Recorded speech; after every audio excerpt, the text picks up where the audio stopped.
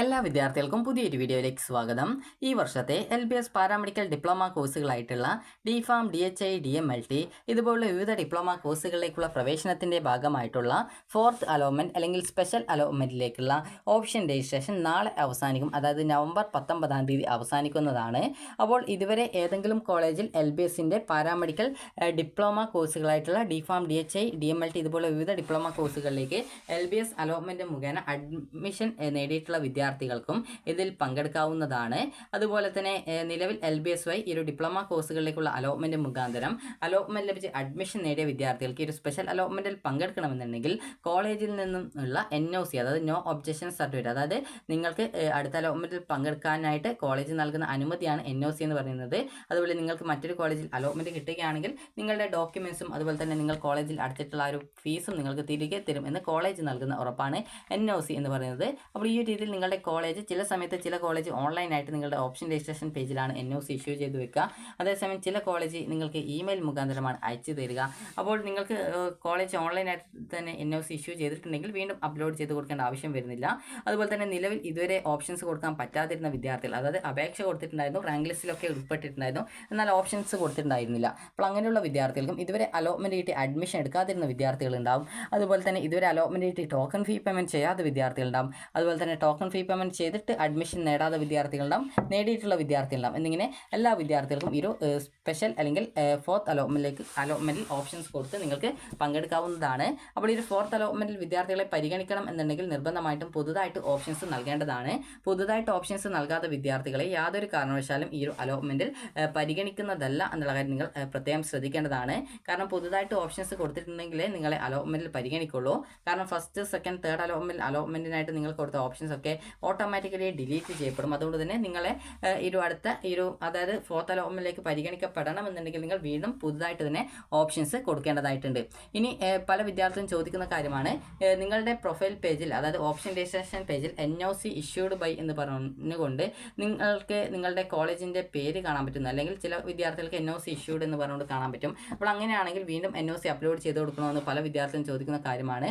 അപ്പോൾ ഒരു തവണ നിങ്ങൾക്ക് ആ ഒരു ഓപ്ഷൻ രജിസ്ട്രേഷൻ പേജിൽ NOC ഇഷ്യൂഡ് എന്ന് പറഞ്ഞുകൊണ്ട് കാണുന്നുണ്ടെങ്കിൽ പ്രത്യേകിച്ച് വീണ്ടും അപ്ലോഡ് ചെയ്യേണ്ട. കാരണം NOC ഇഷ്യൂഡ് എന്ന് വെച്ചാൽ NOC ഇഷ്യൂ ചെയ്തിട്ടുണ്ട് എന്നാണ് അതിൻ്റെ അർത്ഥം. അതായത് college NOC issued by the college അങ്ങനെയൊക്കെ പറഞ്ഞുകൊണ്ടാണ് നിങ്ങൾക്ക് അതിൽ കാണാനായിട്ട് പറ്റുന്നത്. അങ്ങനെയെങ്കിൽ നിങ്ങൾ വീണ്ടും NOC അപ്ലോഡ് ചെയ്യേണ്ട ആവശ്യമില്ല. അതുപോലെ തന്നെ ഇതുവരെ അലോട്ട്മെൻറ്റ് കിട്ടാതിരുന്ന വിദ്യാർത്ഥികൾ, അതുപോലെ ഇതുവരെ ഓപ്ഷൻസ് കൊടുക്കാൻ പറ്റാതിരുന്ന വിദ്യാർത്ഥികൾ, അലോട്ട്മെൻറ്റ് കിട്ടി ടോക്കൺ ഫീ പേയ്മെൻറ്റ് ചെയ്ത് അഡ്മിഷൻ നേടാത്ത വിദ്യാർത്ഥികൾ, ടോക്കൺ ഫീ പേയ്മെൻറ്റ് ചെയ്യാതെ അഡ്മിഷൻ നേടാതെ വിദ്യാർത്ഥികൾ എന്നിങ്ങനെ ഇതുവരെ അഡ്മിഷൻ നേടാത്ത വിദ്യാർത്ഥികൾക്ക് ഈ ഒരു NOC സർട്ടിഫിക്കറ്റ് ആവശ്യമില്ല. ആ ഒരു കാര്യം വിദ്യാർത്ഥികൾ പ്രത്യേകം ശ്രദ്ധിക്കേണ്ടതാണ്. കാരണം പല വിദ്യാർത്ഥികളും ചോദിക്കുന്നതുകൊണ്ടാണ്. NOC ആവശ്യമായിട്ടുള്ളത് ആകെ വിദ്യാർത്ഥികൾക്ക് ഈ ഒരു LBS ഡിപ്ലോമ കോഴ്സിലേക്കുള്ള അലോട്ട്മെൻറ്റ് മുഖാന്തരം അഡ്മിഷൻ നേടിയിട്ടുള്ള വിദ്യാർത്ഥികൾക്ക് മാത്രമാണ് NOCയുടെ ആവശ്യം വരുന്നുള്ളൂ. ഇനി നമുക്ക് ഇതിൽ എങ്ങനെയാണ് ഓപ്ഷൻസ് കൊടുക്കുക എന്നുള്ള കാര്യം നോക്കാം. അപ്പോൾ വിദ്യാർത്ഥികൾ ശ്രദ്ധിക്കേണ്ടത്, പുതുതായിട്ട് വിദ്യാർത്ഥികൾ ഓപ്ഷൻസ് കൊടുക്കണം. ഇല്ല എന്നുണ്ടെങ്കിൽ നിങ്ങളെ അലോട്ട്മെൻറ്റിലേക്ക് പരിഗണിക്കപ്പെടുന്നതല്ല എന്നുള്ള കാര്യം വിദ്യാർത്ഥികൾ പ്രത്യേകം ശ്രദ്ധിക്കേണ്ടതാണ്. അപ്പോൾ ഇനി നമുക്ക് എങ്ങനെയാണ് ഓപ്ഷൻസ് കൊടുക്കുക എന്നുള്ള കാര്യം നമുക്ക് നോക്കാം. ആദ്യം തന്നെ വിദ്യാർത്ഥികൾ LBScenter.in/ അതായത് LBScenter.in/paradipharm/HI 2025/ എന്നുള്ള ഈ ഒരു പേജ് നിങ്ങൾ ഓപ്പൺ ചെയ്യുക. ഓപ്പൺ ചെയ്തതിന് ശേഷം വിദ്യാർത്ഥികൾ സൈഡിലായിട്ടുള്ള 3 ലൈൻസ്, അതായത് മെനു ബാറാണ്, അതിൽ ക്ലിക്ക് ചെയ്യുക. ക്ലിക്ക് ചെയ്ത ശേഷം നിങ്ങൾ ചെയ്യേണ്ടത് ലോഗിൻ ബട്ടൺ ക്ലിക്ക് ചെയ്ത് ലോഗിൻ ചെയ്യാനുള്ള പേജിലേക്ക് പോവുക. ലോഗിൻ ചെയ്യാനുള്ള പേജിൽ വിദ്യാർത്ഥികൾക്ക് വളരെ സിമ്പിൾ ആയിട്ടുള്ള കാര്യമാണ്. അതായത് ഇവിടെ നിങ്ങളുടെ ആപ്ലിക്കേഷൻ നമ്പർ ടൈപ്പ് ചെയ്ത് കൊടുക്കാനുണ്ട്. അതുപോലെ തന്നെ അതിനുശേഷം വെരിഫൈ ചെയ്യണം. പിന്നീട് രജിസ്ട്രേഷൻ ID, പാസ്വേഡ് എന്നിവ കൊടുക്കാനുള്ള ഭാഗം വരും. അത് കറക്റ്റായിട്ട് ടൈപ്പ് ചെയ്ത് കൊടുക്കുക. അതിനുശേഷം വിദ്യാർത്ഥികൾ ഇതിന് താഴെ സൈൻ ഇൻ ബട്ടൺ ഉണ്ടാകും, അതിൽ ക്ലിക്ക് ചെയ്ത് സൈൻ ഇൻ ചെയ്യുക. ഇനിയിപ്പോൾ നിങ്ങൾക്ക് നിങ്ങളുടെ രജിസ്ട്രേഷൻ ID അറിയില്ല എന്നാണെങ്കിൽ വിദ്യാർത്ഥികൾ ചെയ്യേണ്ടത് ഇത്രമാത്രമാണ്. LBSൻ്റെ ഇമെയിൽ അഡ്രസ്സ് ആയിട്ടുള്ള LBSTVPM@gmail.com എന്നുള്ള ഈ ഒരു ഇമെയിൽ അഡ്രസ്സിലേക്ക് നിങ്ങളുടെ ആപ്ലിക്കേഷൻ നമ്പർ ടൈപ്പ് ചെയ്ത ശേഷം നിങ്ങളുടെ രജിസ്ട്രേഷൻ ID അറിയില്ല എന്നും അത് റിക്കവർ ചെയ്ത് തരണമെന്ന് പറഞ്ഞുകൊണ്ടും നിങ്ങൾക്ക് ഈ ഒരു LBSTVPM@gmail.com എന്നുള്ള ഇമെയിൽ അഡ്രസ്സിലേക്ക് നിങ്ങൾക്ക് ആ ഒരു കാര്യം അറിയിച്ചു കഴിഞ്ഞാൽ നിങ്ങൾക്ക് നിങ്ങളുടെ രജിസ്ട്രേഷൻ ID റിക്കവർ ചെയ്ത് തരുന്നതാണ്. ഇനി വിദ്യാർത്ഥികൾ ശ്രദ്ധിക്കേണ്ടത് എങ്ങനെ ഓപ്ഷൻസ് കൊടുക്കാം എന്നുള്ള കാര്യമാണ്. ഓപ്ഷൻസ് കൊടുക്കുക എന്ന് വെച്ചാൽ വളരെ സിമ്പിളാണ്. അപ്പോൾ ആദ്യം തന്നെ നിങ്ങളുടെ ആപ്ലിക്കേഷൻ നമ്പർ ടൈപ്പ് ചെയ്ത് കൊടുത്ത് വെരിഫൈ ചെയ്യുക.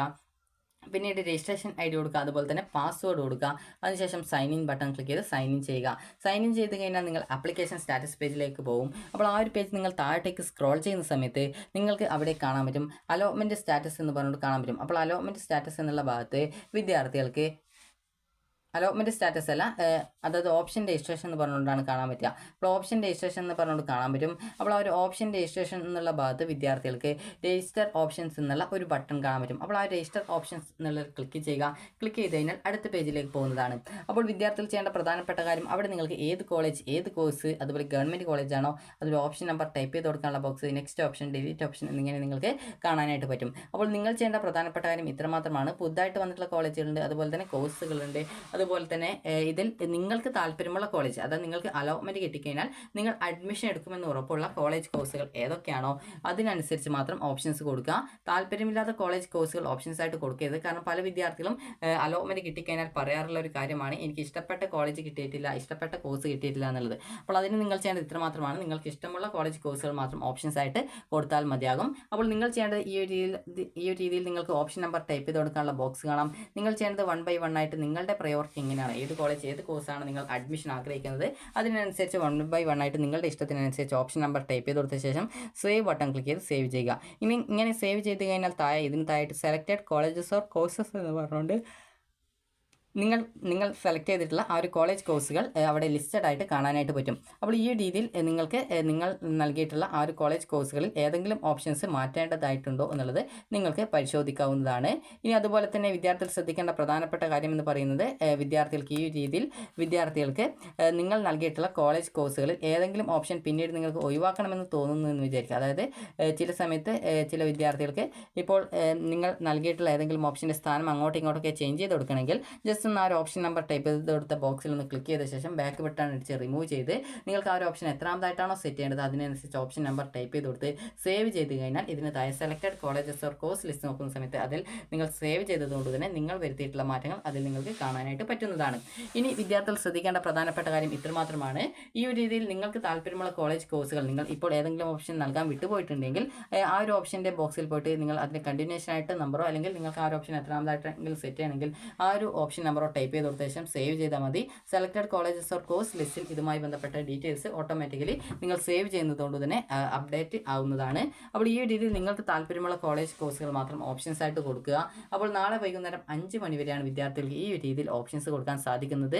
കോളേജ് NOC ഇഷ്യൂ ചെയ്തിട്ടുണ്ടെങ്കിൽ ഓപ്ഷൻ രജിസ്ട്രേഷൻ പേജിൽ തന്നെ വിദ്യാർത്ഥികൾക്ക് ഏറ്റവും മുകളിലായിട്ട് തന്നെ NOC ഇഷ്യൂഡ് ബൈ കോളേജ് എന്ന് പറഞ്ഞിട്ട് കാണാൻ പറ്റും. അപ്പോൾ നിങ്ങൾക്ക് ഈ വീഡിയോ ഉപകാരപ്രദമായിട്ടുണ്ടെങ്കിൽ ലൈക്ക് ചെയ്യുക, ഷെയർ ചെയ്യുക. Thank you for watching. അതുപോലെ തന്നെ നിലവിൽ അഡ്മിഷൻ നേടിയ വിദ്യാർത്ഥികൾ ഇതിൽ പങ്കെടുക്കുന്ന സമയത്ത് പ്രത്യേകം ശ്രദ്ധിക്കേണ്ടത് മറ്റൊരു കോളേജിൽ നിങ്ങൾക്ക് ഒരു 4th അലോട്ട്മെൻറ്റ് കിട്ടുകയാണെങ്കിൽ നിലവിലെ സീറ്റ് നഷ്ടപ്പെടുന്നതും പുതുതായിട്ട് കിട്ടുന്ന കോളേജ് കോഴ്സിലേക്ക് മാറേണ്ടതായിട്ട് വരും എന്നുള്ളത് പ്രത്യേകം ശ്രദ്ധിക്കേണ്ടതാണ്.